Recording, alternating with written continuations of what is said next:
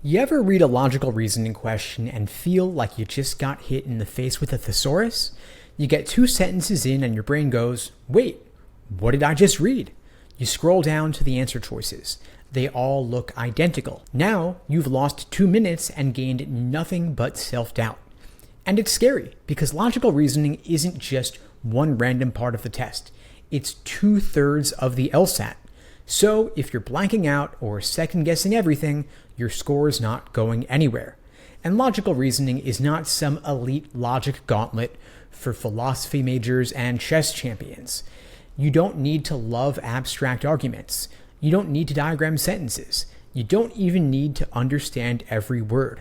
You just need a simpler way to think about the section. And that's what we're going to do today. Now, let's be real. When you blank out on logical reasoning, it doesn't feel like, oh, I just need to sharpen my skills. It feels like I'm broken and something is deeply wrong with me. Maybe a law school was a bad idea. But let's zoom out. What is actually happening in those moments? Your brain is trying to do too much, too fast, with too little structure. You're reading 3 to 4 dense abstract sentences written in LSATese, which is kind of like English, but way worse.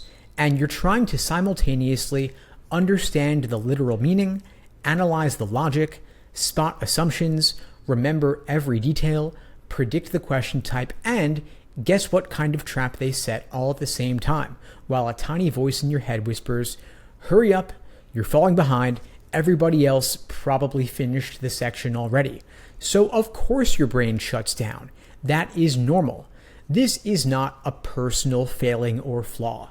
It's just a consequence of bad strategy. So you've got to simplify the task in front of you to fix the issue. You shift from thinking you need to understand everything to, I just need the core point, what they're trying to say. That's it. That is your one job. And this is the same shift we guide students through all the time when we work with them in our coaching programs. Because most of the time, what looks like a logic problem is really just a clarity problem. And once you train yourself to focus on just that one thing, the core claim, the fog starts to lift fast. So let's break down exactly why this works. Most logical reasoning arguments are 80% filler and 20% function. And the LSAT, of course, will never admit this, but they bury the main point under layers of intellectual noise to make it feel harder than it is. You're going to get examples, hypotheticals, background info, and weird names of cities or chemicals or diseases. Occasionally, a study with suspiciously round numbers. It's not there to help you, it's there to distract you. It's like hiding the key under a pile of dirty laundry, dishes, and old LSAT prep books and then saying, go find it, but make sure you understand every sock. Your goal is not to fold the laundry. Your goal is to find the key. So don't waste precious mental energy getting everything. Instead, search for the main claim, tune out the fluff, and zoom in on the argument's spine. You are not a sponge, you are a detective. You're not here to absorb everything. You're here to sniff out the point. And yes, some arguments will still feel messy, and that's okay. Sometimes you read an argument and think, I know there's an argument here somewhere, but it's buried under so much technical jargon, I feel like I need a PhD to decode it. You don't. Just ask, what do they want me to believe? And what's the one sentence this whole stimulus is orbiting around? It might not be at the end, it might not be there in bold, but it's there. And once you spot it, even roughly, the rest of the question starts to click. So next time you freeze, don't blame yourself, don't reread the whole thing 5 times hoping it magically makes sense, and don't try to brute force logic your way through the fog. Just pause and ask, wait, what's the point? That one question is your anchor. Use it every time. Now, there are a lot of frameworks out there for logical reasoning. Some folks want you to diagram every sentence. Others want you to memorize formal logic rules. Some will even suggest color coding stimulus components like you're annotating Shakespeare. But you don't need all that. You need one question. One simple question that cuts through the clutter like a hot knife through butter. What's the point? That's it. You don't even need to know question types yet. You don't need to label the premises, and you don't need to diagram conditionals like you're on a whiteboard at NASA headquarters. Just ask, what is this person trying to convince me of? That question alone filters out 80% of the confusion. Let's take a quick example. Suppose you had the following, quote, several residents of Springdale reported nausea after eating at a local food truck.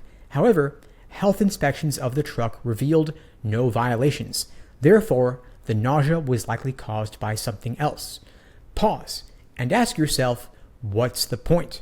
Answer, they think the food truck didn't cause the nausea, not what's the flaw or what's the assumption or what would strengthen this.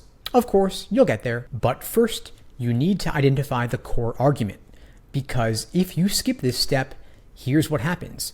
You latch on to a random detail, or you start overanalyzing the wrong part of the stimulus. And of course, worst of all, you fall for the trap answer that addresses something irrelevant but sounds smart. And then you go, I was so close. Yeah, you were close to the wrong idea. When we work with students, we always start here. This one question, what's the point, is like a mental GPS that reroutes you anytime the stimulus starts feeling like a maze. Let's try another one. Quote, a recent survey found that 65% of commuters prefer listening to podcasts during their drive. However, sales of audiobooks have increased significantly. Thus, the survey results must be inaccurate. So let's ask, what's the point? They think the survey results are wrong. Do you need to know about podcasts? No. Do you need to analyze the sales data? Nope. Do you need to care about how they conducted the survey? Also no. You just need to identify what they're trying to prove. And here's the kicker. The LSAT will never explicitly tell you, this is the main point. Highlight this sentence in gold. They're gonna hide it. Sometimes it's at the end. Sometimes it's in the middle. And sometimes it's worded so subtly you miss it if you blink. But it's always there. You just need to get into the habit of asking, what's the point? Even if the question stem is asking something else, like what assumption does the argument rely on? Guess what? You still have to know the point, because assumptions are always tied to the conclusion. So this one question isn't just a nice to have. It's the foundation. It is the filter. It is your flashlight in the dark. And it takes about 2 seconds to ask yourself once you've trained your brain to look for it. So make it your go-to. Read the stimulus, pause, and ask, what's the point? Then everything else starts to fall into place. And once you've got the core point of the stimulus, that what's the point moment, you're 70% of the way there. Now, you need a method for dealing with the answers without getting sucked into the LSAT's favorite game. Let's make 4 answers sound vaguely correct and 1 actually correct and see if you can tell the difference. Here is the 3-step process we use with students all the time in our coaching programs. It works even if you hate logical reasoning, haven't taken a philosophy class, and are running on 2 hours of sleep and fumes from your iced coffee. Let's break it down. Step 1, say it in plain English. Most students make the mistake of treating the LSAT argument like some sacred legal document. They reread it carefully. They memorize every clause. They think, if I say this wrong in my head, I'm gonna miss the whole point. Nope, that is not how your brain works under pressure. Instead, translate the stimulus into the same language you'd use if you were texting a friend. If the stimulus says, quote, recent data indicates that public transportation ridership has declined in urban areas. Meanwhile, bicycle usage has surged. This suggests that urban commuters are switching to bikes as a primary mode of transportation. You don't need to quote it back to yourself like you're briefing a case. Just say, people are biking more, so maybe that's why fewer people are on the bus. Boom, that's the argument. No need for formal logic. No need to diagram anything. You're not writing a law review article here. You're just figuring out what someone's trying to argue. And by the way, quick side note, when we work with students who struggle with confidence, this is often the turning point. Once they realize they don't have to decode the exact sentence structure, they finally relax enough to think clearly. So don't parrot the stimulus. Rephrase it like you're explaining it to someone who's only half listening because they're watching a video of a cute dog. Step 2, make a rough prediction. And this is where most students panic. They ask, how can I predict the answer if I don't even know what the question type is yet? Thing is, you don't need to know the correct answer. You just need to make a rough guess about what kind of thing would help or hurt the argument. Think of it like narrowing the search. If you know you're looking for a missing puzzle piece, you're not going to suddenly pick up a toaster. So here's an example of another argument. Quote, new safety regulations reduced factory injuries, but productivity dropped. So the regulations must be hurting efficiency. What are they assuming? Roughly, that the safety rules caused the drop in productivity. So your rough prediction could be something like, they're assuming nothing else changed. You're not writing a perfect answer here. You're just narrowing the field. Even a sloppy prediction is enough to spot bad answers that go in the wrong direction. And it stops you from falling into the read all 5 and hope one feels right trap. Because, spoiler, they all feel right when you're guessing. Now, the third step is to eliminate aggressively, and this is where the rubber meets the road. The LSAT isn't really about choosing the best answer, it's about not falling for the wrong ones. Once you've rephrased the argument and made a rough prediction, it's time to go into elimination mode. You want to look for choices that are too strong, out of scope, or sound good, but do nothing. Examples of choices that are too strong might use words like always, must, or only, and the stimulus wasn't that extreme. Choices out of scope will introduce new ideas that weren't even hinted at. And choices that sound good but do nothing are your fluff answers. They use vague, academic-sounding language, but don't actually do anything for the argument. So if you're stuck between two choices, ask yourself which one directly interacts with the core point of the argument. Not which one is longer, not which one sounds smart, and not the one that uses words you don't fully understand but feel guilty eliminating. Ask which one does something useful, and that's going to be your answer. Now let's talk about why smart people get destroyed by logical reasoning. It's not because they're bad at logic, it's because the LSAT is designed to trick people who are good at school. You've spent your whole academic life being rewarded for reading carefully, overthinking, and hedging your bets. Now, you're doing the LSAT where that exact instinct gets used against you. The first big trap you want to watch out for is what I call the fancy word answer. You read choice C, and it includes phrases like causal generalization across populations, or inferential misalignment, or methodological inconsistency in empirical validation. And your brain goes, well, I don't totally get it, but it sounds like something my future law professor might say. So you pick it. Don't. Here's a rule of thumb. If the choice sounds like a legal brief, but doesn't make sense to you after 2 reads, it's probably not the right answer. The LSAT is not trying to reward obscure vocabulary. It's trying to test logical clarity. And logic is not about sounding smart. It's about connecting ideas clearly. So if an answer choice leaves you thinking, huh? Toss it. You're not in school anymore. You're in LSAT land. And here, clarity beats clever. The second big trap is the answer that is 95% right, but the other 5% is going to kill you. And this is the one that almost gets you. The wording is perfect, except for one little extreme word hiding in there like a landmine. They'll use words like must, always, only if. And one strong word like that takes an otherwise solid answer and makes it too rigid to be right. Remember, the LSAT loves subtlety, and most correct answers will use softer language like some, often, may, and could. This leaves room for interpretation, because real arguments aren't typically black and white. Now, if the stimulus itself makes an extreme claim, like this always causes that, then an extreme answer might match, but if the stimulus is moderate, the correct answer will be too. Pro tip, by the way, when we work with students, we have them do extreme language drills. We black out the answer choices and then have them highlight just the intense words. It is wild how many wrong answers jump out at you once you stop trying to understand and start spotting the patterns. Now, the third big trap is the fix for the wrong problem answer. And this one is sneaky. What you've got to ask yourself is, does this answer actually attack or support the argument's reasoning, or is it just offering background noise? If it's background noise, it's out. Now, the fourth big trap is the feel-good but useless answer. This is feel-good fluff. These answers are like fortune cookies. They're vague, optimistic, and totally irrelevant. For example, it might say, this underscores the importance of future research, or this highlights a key concern in public discourse, or this suggests that the topic warrants deeper examination.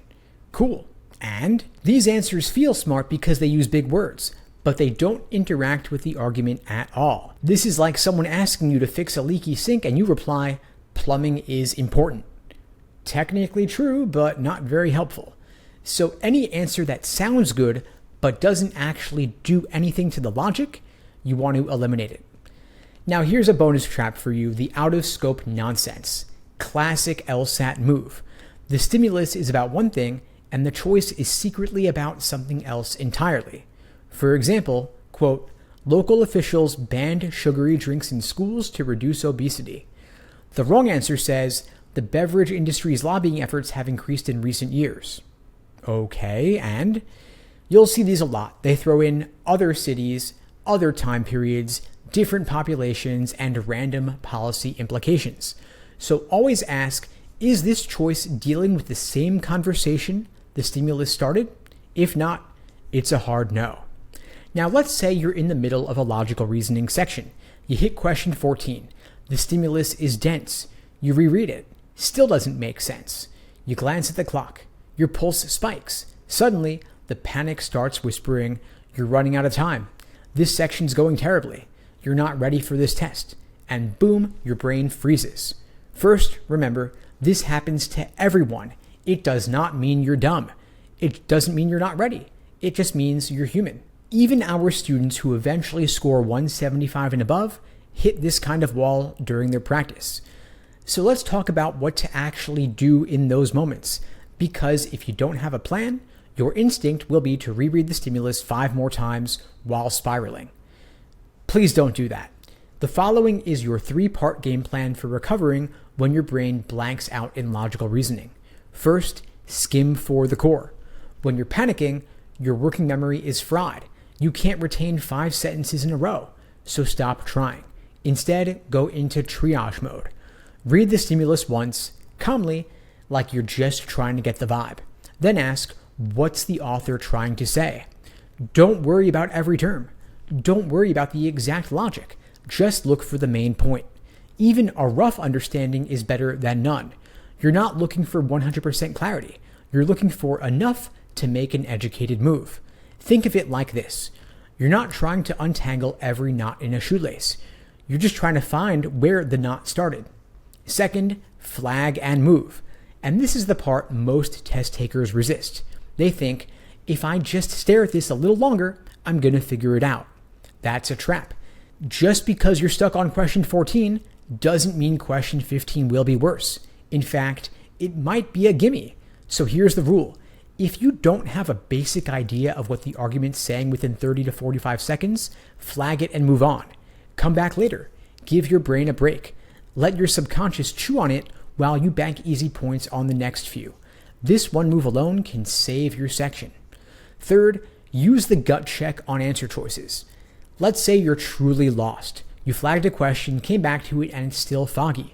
You're tempted to skip it entirely or pick randomly. Instead, do a fast scan of the choices for red flags. Look out for extreme words like always, never, must, and only if. Look out for new concepts. If they're introducing something that wasn't in the stimulus, it's probably off topic. And look out for fluff. If it sounds fancy but doesn't do anything to the argument, throw it out. You don't need to love your answer. You just need to eliminate the worst ones and take your best remaining shot. Even a 50-50 guess after knocking out 3 choices is way better than a full blank or a wild guess among 5. And this sounds obvious, but test anxiety is real. If you feel your chest tightening, your hands sweating, or your thoughts racing, pause. Literally exhale. And remind yourself, One question doesn't define this section. You have 25 other chances to score points. So let it go and move forward. You know how most people study for logical reasoning? They try to memorize rules. They read entire prep books like they're studying for a midterm. They build color-coded flashcards with words like modus ponens and contrapositive. And then they get to question 12 in the section and still fall for a trap answer that sounded smart but didn't do anything. Why? Because they're thinking like students. But the LSAT doesn't reward that. The LSAT rewards people who think like critics. Every logical reasoning question is built on the same foundation. Someone makes an argument. That argument has an assumption baked in. Your job is to either find the assumption, challenge it, strengthen it, or ask, what happens if that assumption turns out to be garbage? That's it. That's the entire game. It's not about memorizing terms or spotting specific question types by name. It's about recognizing that every single argument is built on something unstated, and the LSAT is poking you to see if you can spot it. Now, a student reads to understand. They want to absorb, to comprehend, to get it. But the LSAT rewards people who read to interrogate. You need to read like someone watching a bad political debate thinking, wait a second, that doesn't add up. When you read a stimulus, your job is not to nod along politely. Your job is to mentally raise an eyebrow and say, prove it. Because here's what every stimulus is actually doing. It's making a leap, sometimes a small one, sometimes a huge one. And your job is to say, hold on, what bridge did you just cross that you never actually built? This mindset shift is enormous. We see this all the time when we work with students. The second they stop trying to understand everything and start hunting for the assumption, their accuracy goes way up, even if they're not totally sure of every single term. Now, this might sound a bit weird, but the best way to start thinking like the LSAT is to start questioning bad arguments in real life. For example, if someone says, I was late to work because my alarm didn't go off, you should ask, really? What assumption are you making about your alarm being the only factor? Or if someone says, everybody's buying this supplement, so it must work. That's a classic correlation causation fallacy. Or if they say, I got an A because I wore my lucky socks, you should be like, oh, please. The LSAT loves these leaps. It tests them over and over. So practice spotting flawed reasoning in the wild. TikTok influencers, salespeople, your group chat, your uncle's rants at Thanksgiving. There is free LSAT material everywhere. And once you start building that muscle, the test stops feeling like a mystery. It starts feeling predictable. And you know how movies reuse the same story arcs again and again, like ragtag underdogs make a comeback, best friends turn into rivals, someone runs dramatically through the airport at the end? The LSAT does the same thing. They reuse the same argument structures again and again, same assumptions, same flawed logic, same tricks. Once you see behind the curtain, you're going to notice, oh, this is just a classic cause and effect leap, or this is one of those part versus whole mix-ups, or this is the classic correlation equals causation trap again. You stop reading every stimulus like it's new, and you start reading it like, I've seen this movie before, and I know how it ends. So, what does thinking like the LSAT actually mean? It means you expect the argument to be flawed, even if it sounds confident. You read with skepticism, not admiration. You're constantly asking, what are they assuming? And you look for patterns, not isolated facts. That mindset shift is what takes someone from being stuck in the 150s to confidently working through logical reasoning at a 170 plus level. And yes, it takes time, but once it clicks, logical reasoning stops feeling random, and it starts feeling rigged in your favor. Now let's talk about the biggest lie LSAT students tell themselves. They'll say, I'm getting better because I'm doing more questions. No, you're not. Doing 40 logical reasoning questions a day with no review is not practice. It's just intellectual cardio. You're sweating, but you're not building anything. It feels productive because you're busy. You're answering questions, you're timing yourself, and you're checking your answers. But you're not learning why you're getting things wrong. And that means you're just rehearsing the same mistakes over and over. Think of it like shooting free throws with your eyes closed and then checking the scoreboard after every 10 shots. It's effort, it's repetition, but it's not training. Now, here's the routine we give students when we work with them one-on-one, and it works whether you're scoring in the 150s or aiming for 175. First step, do a small set under real timing. Just 5 to 10 questions, that's it. I know it's tempting to binge entire exams, but that leads to rushed answers, foggy memory, and vague review. When you work in smaller sets, you can actually remember what you were thinking on each question, and that's where the learning happens. Time yourself, but don't obsess over shaving off seconds. This is about accuracy under pressure, not turning yourself into a logic speedrunner. Step 2, for each question, write down 5 things. And yes, this is going to feel annoying at first, and that's good. Annoying means you're actually slowing down and paying attention. After each question, whether you got it right or wrong, write down first, what was the argument about, in your own words. Secondly, what did I predict, even if it was vague. Third, why did I choose the answer I picked? And be honest here. It sounded good is a valid starting point. Fourth, you ask yourself, why is the right answer better? And talk about what you missed. Finally, what trap, if any, did I fall for? Was it too strong, out of scope, fluffy language, fancy words? Whatever the case, this is how you start building awareness. And awareness is the difference between plateauing at 158 and breaking into the 170s. Finally, step 3, track your patterns over time. You don't need a fancy spreadsheet. A notebook or a Google Doc is totally fine. What you want to look for is recurring themes. For example, are you consistently missing strengthening questions? Do you keep falling for answers with extreme language? Do you get stuck when the stimulus is about science or economics? Whatever the case, once you see the patterns, you can fix them. We've had students realize they were getting every single resolve the paradox question wrong, not because they were bad at logic, but because they kept looking for cause and effect instead of the missing link. It's like realizing you're driving with the emergency brake on. Once you realize it, you can release it. And this is counterintuitive, but it's important. If you take the time now to slow down and review deeply, you're going to get faster later because you'll stop repeating the same mistakes. Trying to get faster before you're accurate is like trying to run before you've learned how to walk without falling over. Fix the thinking and the speed will follow. And by the way, this kind of deep review takes time. It's not sexy, it's not grind mode. You're not going to rack up Instagram-worthy stats like, I did 4,000 questions this month. But here's the trade-off. Would you rather feel productive or actually get better? Because the students who put in the time to do this kind of review, they're the ones who go from missing 12 questions per section to missing only 2 or 3 consistently. They're not smarter, they're not faster readers, they just trained the right way. Now let's zoom out for a second. Logical reasoning can feel overwhelming, confusing, and sometimes downright demoralizing. But now that you've seen what's actually going on under the hood, you don't need to understand everything in the stimulus.